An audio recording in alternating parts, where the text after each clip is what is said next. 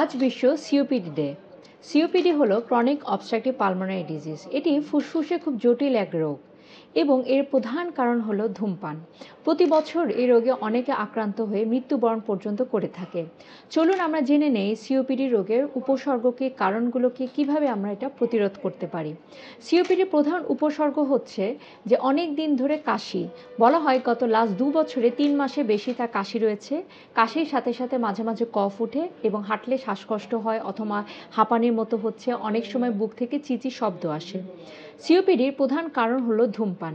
ধূমপান ছাড়া secondary smoking, বাসায় পলিউশন অথবা এয়ার স্মোক, এগুলো থেকে আমাদের সিওপিডির সৃষ্টি হয়। ধূমপান কিভাবে সিওপিডি করে?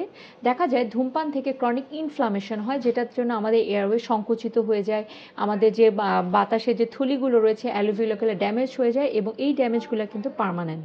সো এই জন্য ধূমপান থেকে সিওপিডির সৃষ্টি হয়। কমপ্লিকেশন কী কী?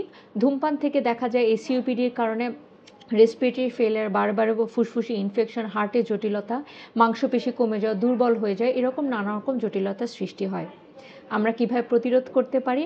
অবশ্যই ধূমপান পরিহার করতে হবে, আমাদের আশেপাশে পলিউশন কমাতে হবে, বাইরে গেলে মাস্ক পরিধান করতে হবে, ঘরে ভেন্টিলেশন যেন ভালো হয় সেদিকে নজর দিতে হবে। আর যারা সিওপিডি আক্রান্ত তারা ভ্যাকসিনগুলো আপডেট আছে কিনা সেদিকে নজর দিতে হবে।